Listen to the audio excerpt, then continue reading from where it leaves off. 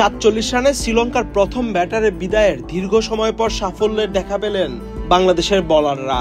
নাইমের করা 52তম ওভারের পঞ্চম বলে লেগ স্লিপে সাদমানকে ক্যাচ দিয়ে 119 বলে 54 রান করে ড্রেসিং রুমে ফিরেন দীনেশ চান্দিমাল। এর মধ্য দিয়ে দ্বিতীয় উইকেটে চান্দিমাল ও নিসাঙ্কার 238 বলে 157 রানের জুটি ভাঙে। ক্রিজে নতুন ব্যাটসম্যান হিসেবে আসে অ্যাঞ্জেলো ম্যাথিউস। এটি তার ক্যারিয়ারের শেষ টেস্ট ম্যাচ।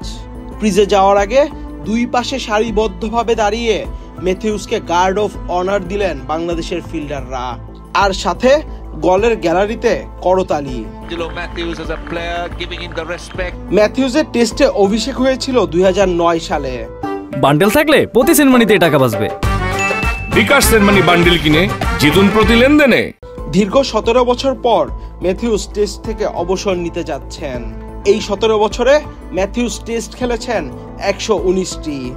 119টি টেস্টের মধ্যে 34টি টেস্টে শ্রীলঙ্কাকে নেতৃত্ব দিয়েছেন অভিজ্ঞ এই অলরাউন্ডার।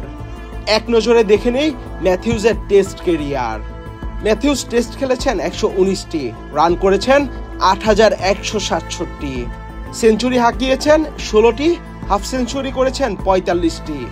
ম্যাথিউসের টেস্ট কেরিয়ারে সর্বোচ্চ রান 200। ম্যাথিউস তার কেরিয়ারে শ্রীলঙ্কার মিডল অর্ডারের অন্যতম ভিত্তি ছিলেন। দুর্দান্ত ফর্মে ছিলেন 2013, 14 ও 15 সালে। এই সময় তার ব্যাটিং গড় ছিল 57 থেকে 58। ম্যাথিউস শুধু ব্যাটিং বা বোলিংয়েই নয়, মাঠের ফিল্ডিংয়েও ছিলেন দুর্দান্ত।